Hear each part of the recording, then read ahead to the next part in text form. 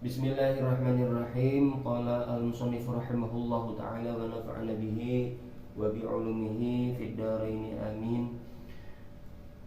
Wal maqalatul khamisatu qala Utsman radhiyallahu anhu innal mu'mina fi sittati anwa'in minal khawfi ahaduha min kibadillahi ay ya'khudha minhul iman wa tsani min kibalil hafadhah ayyaktubu alaihi ma yaftadihu bihi yaumal qiyamati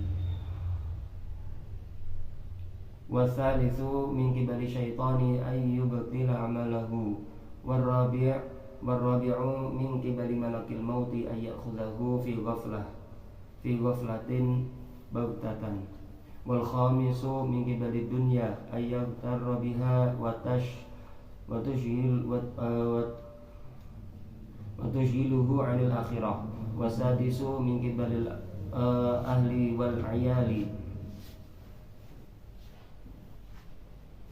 ayashtagila bihim fayashghilunahu 'an dzikrillahi ta'ala wal maqalatul khamisatu maqalah yang kelima dari bab 6.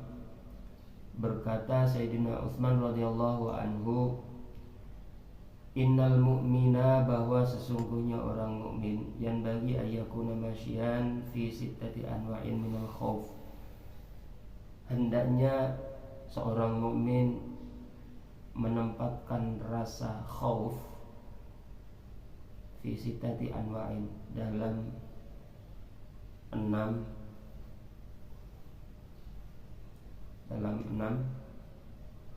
macam. Ahaduha, yang pertama, ayyakhafa min kibalillah, takut, khauf di hadapan Allah Subhanahu wa ta'ala, ayyakhudha min iman. Yang pertama, seorang mukmin takut kepada Allah, takut di hadapan Allah, jangan-jangan dia mati tanpa membawa iman.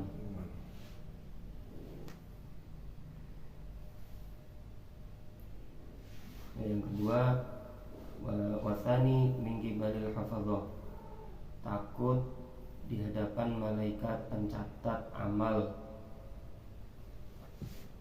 ya, al-katibina li amalil ibad, malaikat yang mencatat amal-amal para hamba. Ayaktubu alaihi ma yaftadihu bihi yaumal qiyamah. Jangan-jangan nanti malaikat hafadhah yang mencatat amal buruk, amal baik ini akan mempermalukan kita nanti kelak di hari kiamat dengan catatan-catatan tersebut. Yang ketiga, min kibali syaitani ayyubtila amalahu as-shalih, takut di hadapan setan, jangan sampai nanti setan ini kita diperdaya oleh setan sehingga setan itu membatalkan amal-amal soleh kita. Yang keempat, warabi' ayyakhafa min kibali malakil mauti ayyakhudahu, khawatir, takut di hadapan malaikat pencabut nyawa, jangan-jangan nanti malaikat pencabut nyawa mengambil, mencabut ruhnya, hala kaunihi, dalam keadaan dia fi ghaflatin anillahi ta'ala, dalam keadaan lalai dari Allah Ta'ala, yang hala bagdatan, dalam keadaan yang dalam kondisi mengejutkan, tiba-tiba tanpa ada mengagetkan, tiba-tiba min ghairi taqaddumi sababil mauti, tanpa ada didahului oleh sebab kematian. Yang kelima, min qibalid dunya, takut khawatir dengan dunia. Dunia ay mata'iha wa zinatiha, ya dengan gemerlapnya dan kemewahannya dunia, dengan segala perhiasannya. Jangan-jangan dunia itu nanti ayyuhtarra, ini kita akan diperdaya olehnya, dan menyibukkan kita, melalaikan kita anil akhirah, dari akhirat,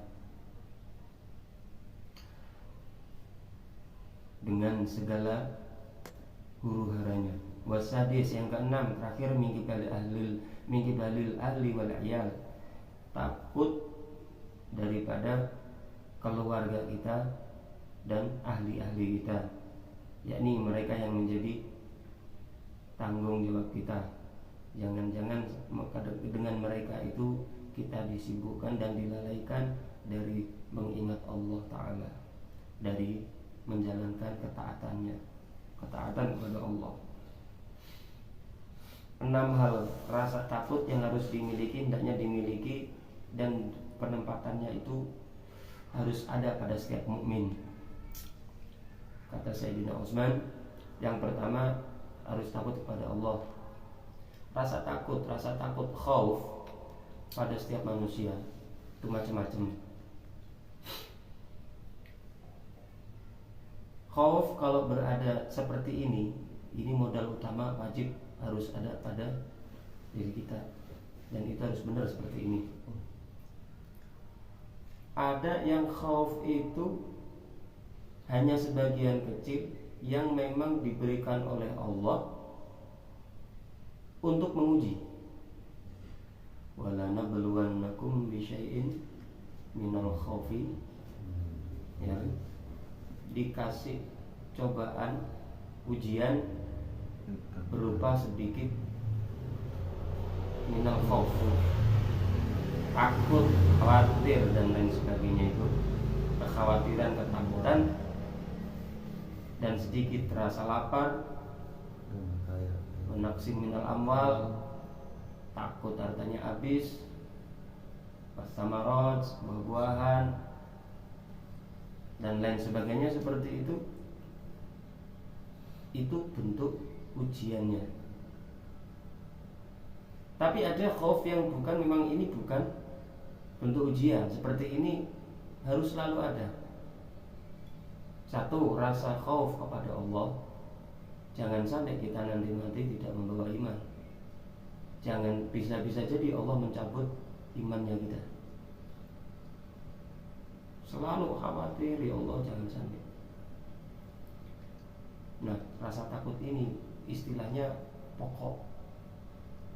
Kalau takut itu nggak bisa dihilangkan, karena Allah menciptakan takut kepada hambanya, itu memang syarat. Memang harus, kita itu harus ada. Rasa berani pun sama demikian. Ada takut, ada berani. Berani di tempat yang benar. Takut pun harus di tempat yang benar. Nah, takut yang benar mingki balillah yang pertama. Yang kedua, yakni di hadapan malaikat pencatat amal baik dan buruk. Yang ketiga, di hadapan setan. Kita takut, jangan-jangan diri kita ini nanti terperdaya oleh dia, sehingga amal-amal kita habis. Berapa banyak orang yang berseumur, katakanlah 40 tahun, taatnya luar biasa, amal ibadahnya bisa hilang, hangus hanya dalam satu tarikan nafas. Wala'iyadzubillah. hanya karena terbujuk, terperdaya oleh, ditipu daya oleh setan. Yang keempat, rasa takut itu yang benar dan harus ada pada diri kita adalah di hadapan malaikat pencabut nyawa. Kira-kira malaikat, jangan sampai nanti kita dicabut nyawa kita dalam keadaan lalai, tertiba dalam keadaan lalai. Dan itu sudah banyak. Lagi enak-enak joget-joget, akhirnya tahu-tahu mati. Lagi enak-enak jalan-jalan, seneng-seneng, hura-hura, mati. Pokoknya dalam keadaan apa saja yang di situ lalai kepada Allah. Wal'iyadzubillah. Takut ya seperti itu. Jangan sampai. Yang keempat, yang kelima, dari arah dunia kita juga punya rasa khawatir dan takut. Nih, jangan sampai diri kita ini ditipu daya oleh dunia, karena dunia dengan akhirat itu berbalik, bermusuhan.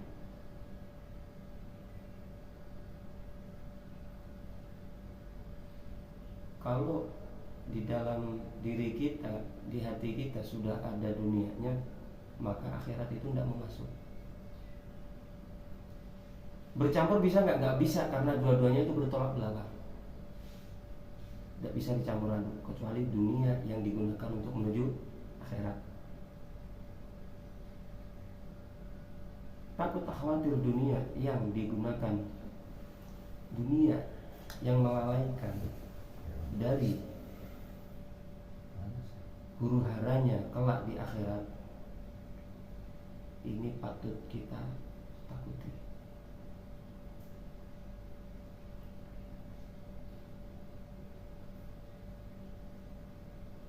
Walhasil, ada dan tidak ada itu bukan masalah. Banyak, sedikit, sebenarnya tidak masalah. Sama saja kalau ukuran seperti itu. Kalau kita bahas modelnya dunia, sama aja.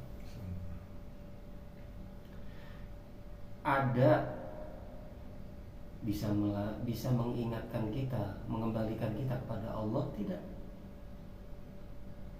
tidak ada bisa membuat kita tenang bersama Allah, tidak. Atau malah justru kita memperolok-olok Allah, atau just dengan keluhan kita kepada makhluk, baru melek matanya udah langsung memperolok-olok Allah. Kerjaan susah, melapornya pada makhluk. Ini sulit, semua serba sulit. Kayak Allah itu tidak, kayak Allah itu zalim kepada dia. Ini keluhan-keluhan yang sebenarnya itu adalah memperolok-olok Tuhannya sendiri. Berarti ketidakadaannya pun jadi masalah. Orang tidak ada aja jadi masalah, jadi lupa dengan akhiratnya. Apalagi kalau dikasih ada, tambah lalai. Ada juga bisa jadi sama juga. Karena apa? Diukur kenyamanan itu dengan harta dunia. Hidup yang nyaman, tidur yang nyaman, makan yang nyaman, semuanya demi itu saja. Padahal yang seperti itu hanya dunia. Akhirnya dunianya yang sukses, dunianya yang sukses untuk menipu dia. Sukses di mana? Karena dia sudah lupa dengan huru-haranya nanti di akhirat kayak apa. Dunianya hanya sampai di dunia, nggak nembus ke akhirat. terperdayalah dia dengan dunianya. Wal'iyadzubillah. Yang kelima, yang keenam, takut minggi balil ahli wal'iyad. Kita punya anak, kita punya istri, kita punya keluarga, jangan sampai mereka ini memalingkan kita dari mengingat Allah. Sama yang ada dan yang tidak ada, yang udah ada atau yang belum ada. Ya kalau nggak punya anak ya punya keluarga. Ya. Biasanya begitu. Anak, istri, keluarganya, acara kesana, acara kesini, acara ini, acara itu, bla bla bla bla, terus akhirnya jadi lalai. Tanpa ada keteguhan dalam hati, selalu berzikir mengingat Allah. La tulhikum amwalukum wa auladukum an dzikrillah. Jangan sampai duit, harta, dan anak-anak kita melupakan kita dari an dzikrillah, mengingat Allah. Yang seperti itu orang yang rugi.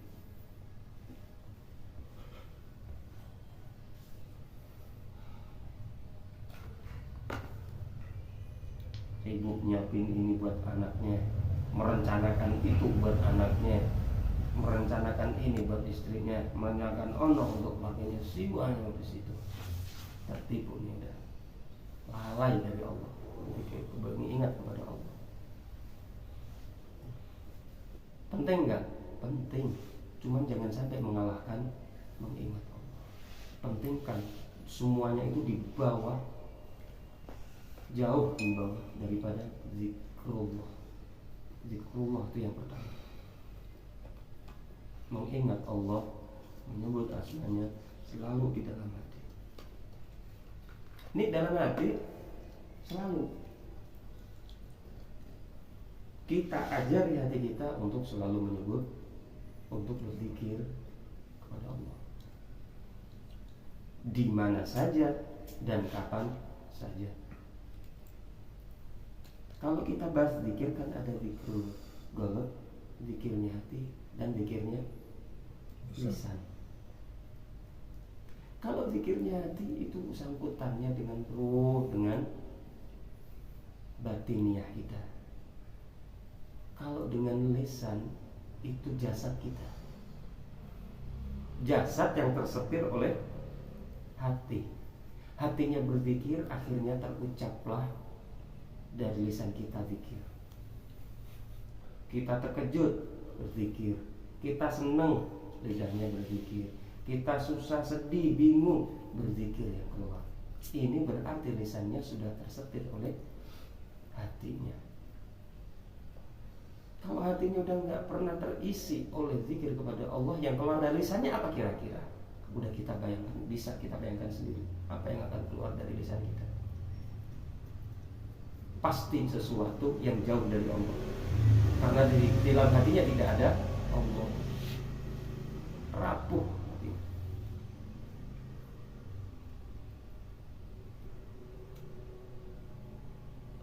Padahal hati itu tidak pernah, kalau sisi batin itu tidak butuh seperti lisan. Kalau lisan itu ada batasan-batasannya. Saat-saat dia bisa, saat-saat dia tidak bisa untuk berzikir. Kalau hati, di mana saja dan kapan saja, tidak ada batasan. Kita mau sambil tiduran, dalam hati bisa. Sambil lari, sambil jalan, sambil apa, hatinya berzikir. Hatta dalam toilet, yang dihukumi tidak boleh kan lisan. Itu hati kalau berzikir. Tempatnya di mana saja bisa. Tetapi kalau lisan terbatas. kamar mandi tidak boleh kita berzikir ya. Udah nggak bisa, lisan berhenti, tapi masih bisa dalam hati.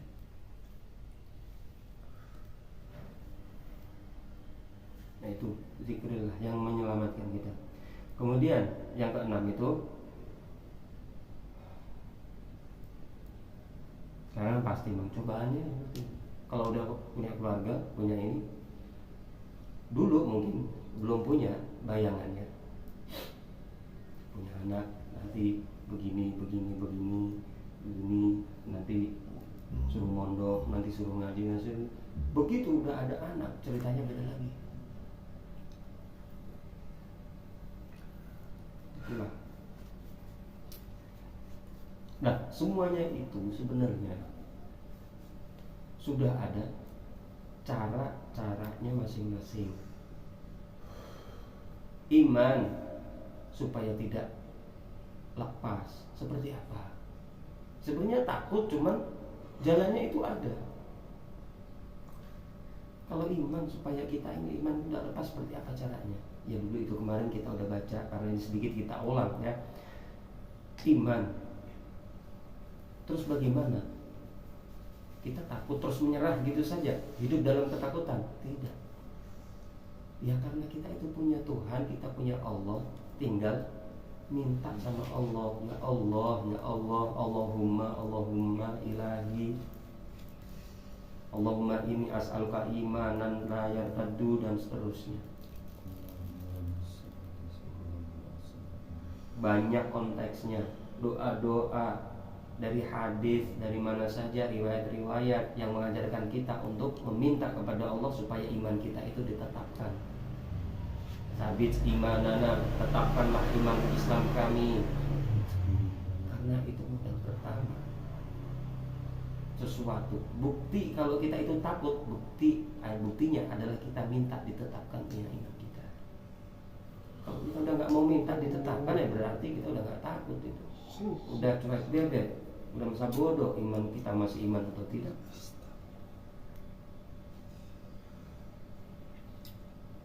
Ya kalau bahas iman sesuai dalam makamnya masing-masing. Ya kalau masa kelas-kelas kita kayak begini, dibanding dengan orang-orang yang terdahulu, Masya Allah, nggak ada apa-apanya iman kita ini.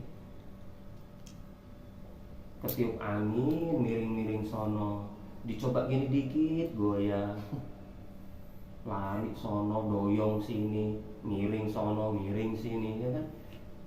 Uruk-uruk dikit udah rontok semuanya. Dites gini dikit, goyah. Iman kita diuji dengan ini dikit, gemeter, ya. Iman kita. Udah gitu nggak mau minta ditetapin, coba. Matinya minta husnul, nyambung nggak? Nggak nyambung. Padahal husnul khotimah itu udah mutlak pasti membawa iman. Makanya itu dirawat. Salah satunya caranya dengan meminta kepada Allah ditetapkan imannya. Karena iman itu yazid wa yanqus, nambah kadang berkurang, kadang full, kadang ngedrop. Saat ngedrop kita perlu bagaimana? Saat full kita harus apa? Catatan, malaikat nyatet gini, kita udah khawatir, takut. Iya memang kudu. Terus bagaimana caranya? Itu juga sudah para aulia, para tabi'in, kemudian siapa lagi, para anbiya, para sahabat, semuanya sudah mengajari kita.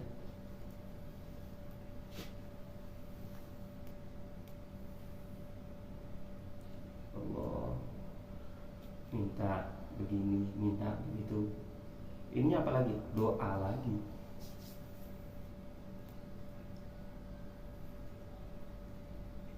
Termasuk salah satunya dibukanya apa? Sesuatu yang membuat kita malu, sesuatu yang kita membuat kita ini itu di dunia sebenarnya bukan sesuatu yang sangat-sangat wah seolah-olah itu udah kiamat bagi kita. Siapa tahu di situ malah meringankan kita di akhirat. Pandangannya ke situ. Kita ini ketahuan, akhirnya ada orang nasihatin, alhamdulillah. Berarti di sana udah nggak ada lagi itu. Nah, bonus lagi di situ.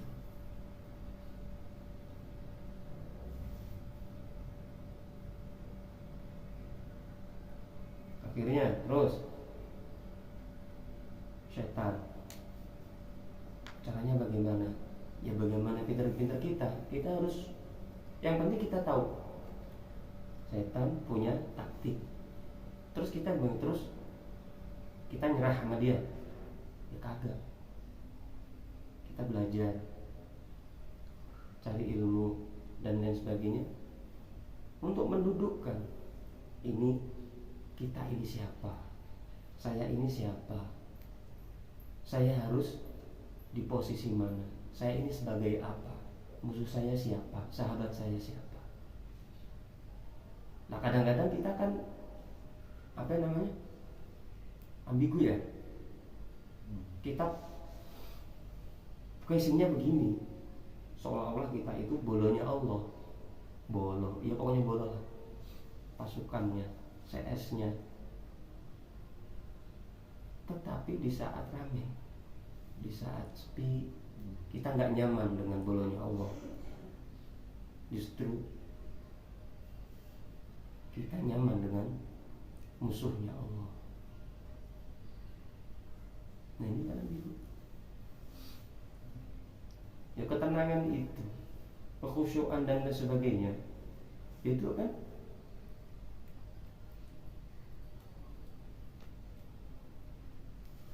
bisa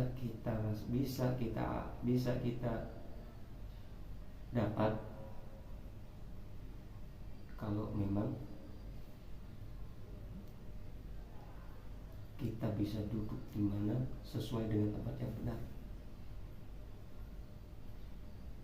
Khusyuk dalam sholat. Sholat itu apa sih?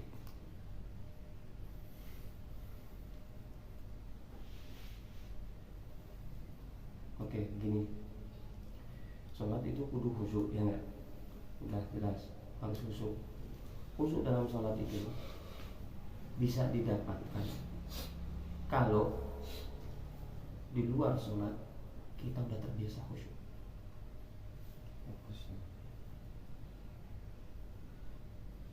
Berapa jam di luar sholat? Sholat itu cuma 2 menit loh. Butuh khusyuk 2 menit, itu beratnya luar biasa. Kenapa? Karena di luar 2 menit itu udah gak khusyuk lagi kepada Allah. Coba kalau di luar 2 menit itu sudah terbiasa khusyuk, cuma 2 menit. Bukan gampang ya, bukan menggampangkan, tapi ini kan cara itu. Bentuk ikhtiar kita dalam masalah tadi itu bagaimana? Karena itu sesuatu yang kita takutkan. Caranya bagaimana? Itu maksudnya. Dia punya taktik. Siapa sih dia itu? Musuh kita. Siapa? Setan. Innahu lakum aduwwun mubin. Dia itu yang musuh kita yang nyata, jelas, walaupun tidak kelihatan. Jelasnya dalam arti posisinya musuh itu sudah jelas. Nggak ada sahabatan kepada kita.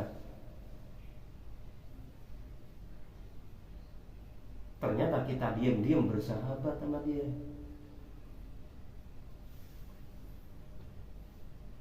Gimana kita bisa tenang kepada Allah? Gimana kita khusyuk kepada Allah?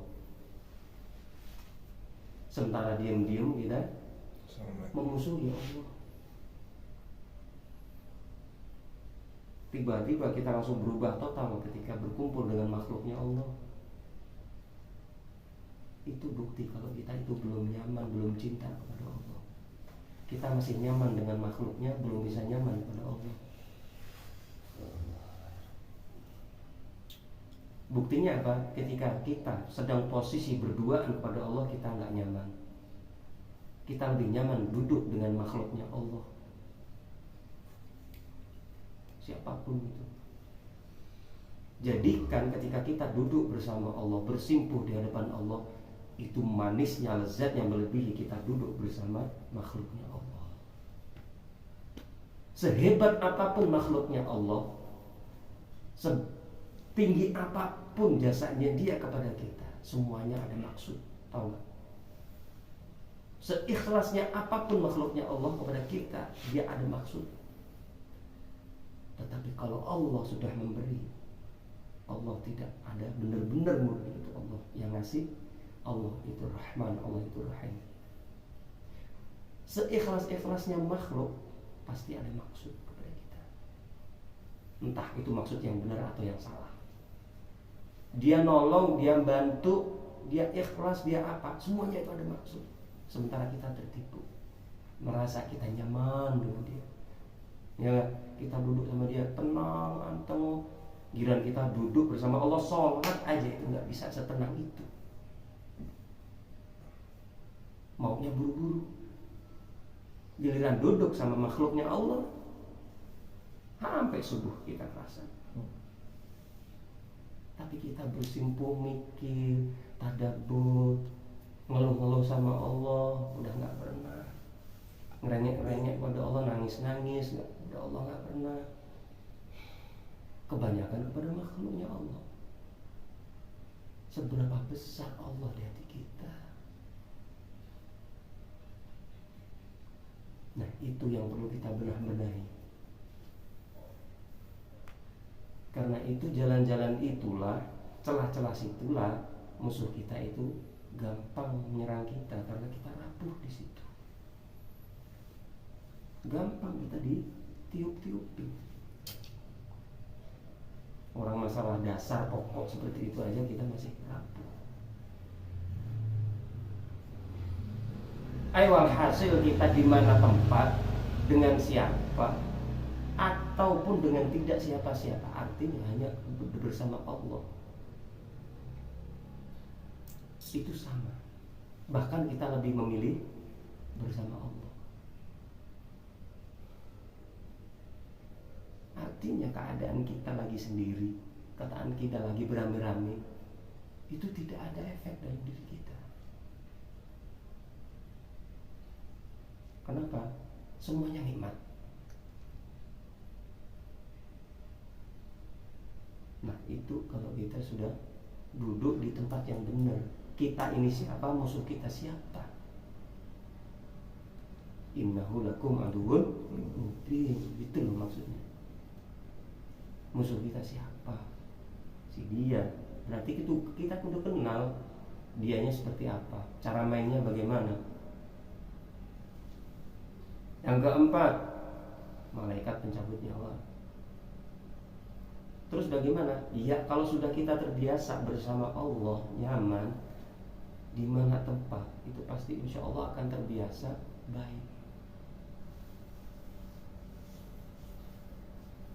Artinya kemungkinan untuk dicabut dengan nyawanya dengan keadaan lalai dan seperti itu kan tidak mungkin. Hanya sedikit kemungkinan.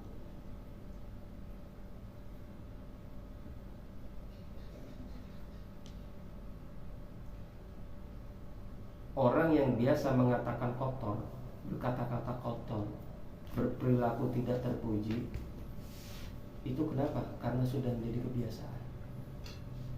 Tapi kalau kita sudah menjadi biasa kepada Allah, berzikir kepada Allah, yang keluar dari lisan, dari tangan, perbuatan, perkataan, semuanya itu baik. Walhasil selalai-lalainya kita pun yang keluar dari lisan pun adalah sesuatu yang baik. Dan insya Allah akan dijaga. Akhirnya diambil dalam keadaan yang baik. Nah, itu triknya. Udah. Kemudian apalagi dunia yang tidak ada bagaimana, bonus malah enak, nggak mikirin hisab, kebanyakan hisab. Yang kebanyakan bagaimana? Ya gampang loh. Nggak ada mumet, banyak mumet juga. Lah ini akalnya kemana? Maunya bagaimana? Katanya banyak dihisap. Iya, biar nggak dihisap bagaimana? Ya tinggal sedekahin pelan. Mending kita sibuk mikirin ngabisin buat sedekah, buat nafkah yang baik, dinafkahkan dalam kebaikan. Ya terjebaknya kita sibuk dalam mencarinya, bukan sibuk dalam menghabiskan dalam kebaikannya.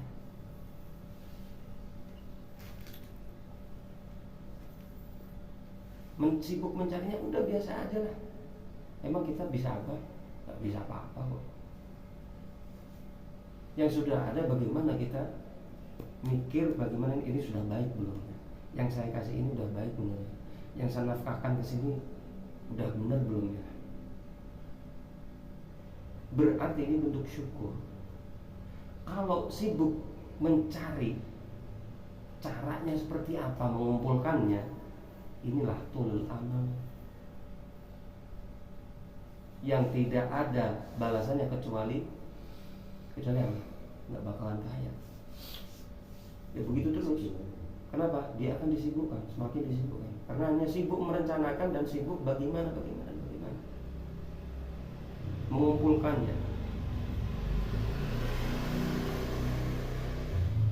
Tapi kalau kita disibukkan untuk mensyukurinya, kita akan makin ditambah oleh Allah. Ketemu caranya. Sibuk mensyukuri, bukan sibuk mencari cara untuk mengumpulkannya. Ya boleh jadi kita kurang syukurnya, dalam artian yang sudah diberikan oleh Allah ini banyak yang belum kita syukuri. Lebih baik kita sibuk memikirkan itu dan fokus di situ daripada kita sibuk mencari solusi bagaimana supaya semuanya berkumpul. Yang keenam, keluarga, anak, istri. Ini bagaimana? Ya kalau kita udah seperti itu, otomatis mereka semua akan mengikuti. Kalaupun tidak, ya udah itu bonusan bagi kita lah.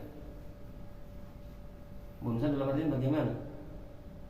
Ya tidak semuanya itu sama. Masing-masing diberikan ujian. Ada yang orangnya dia tenang, istrinya cerewet, alhamdulillah luar biasa. Anaknya rewel, luar biasa. Sama sebenarnya seperti Hatta tadi. Bagaimana kita mengelolanya? Mengelola harta bagaimana? Mengelola anak, mengelola istri bagaimana? Ya ada yang diem, ada yang cerewet, ada yang biasa-biasa aja. Ada yang bertolak belakang, yang awalnya keras akhirnya bisa lembut. Ada yang awalnya lembut bisa menjadi keras. Luar biasa.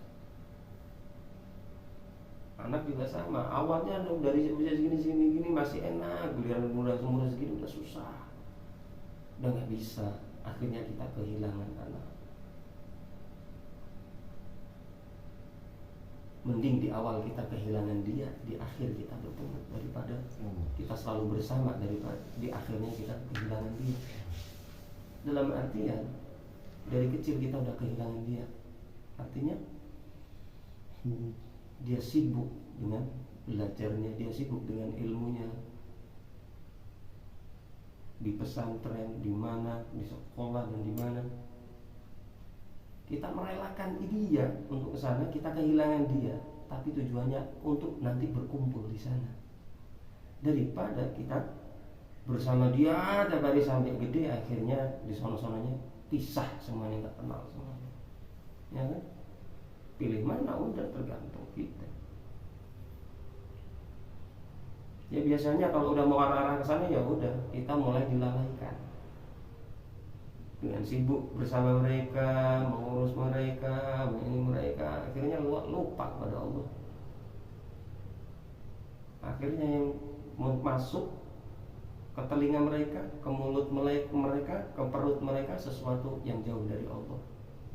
Karena di hati kita tidak ada Allah, yang berupa makanan, tidak ada hubungannya kepada Allah. Dari pendengaran ilmu tidak ada yang hubungannya menuju kepada Allah, dan lain sebagainya. Nah, berarti 6 hal itu sesuatu yang perlu ada kita takutkan, dan sesuatu rasa takut yang memang bukan berarti itu tidak ada sama sekali. Manusia itu pasti ada takutnya. Nih, itu aja gampangnya. Pasti ada. Semakin alim, semakin dia punya rasa takut akan hal-hal seperti ini. Buktinya masih berdoa kepada Allah. Seorang ulama besar makin banyak doanya kepada Allah. Karena apa? Rasa takut dan lain sebagainya dengan hal-hal yang semacam itu. Makin dia sepuh, makin takut nanti saya ini diambil dalam keadaan seperti apa, risau dengan hal seperti itu, sibuk dengan hal semacam itu.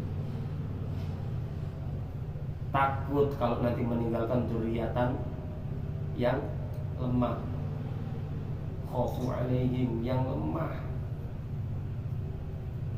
diafan, dzurriatan diafan, dzurriyah yang lemah dalam artian tidak kuat keimanan mereka. Yang sesuatu takut yang tidak perlu menjadi ini adalah rasa takut yang menjadi satu ujian kepada kita. Lagi kurang, besok nggak ada yang dimakan, apalagi itu namanya kita dites.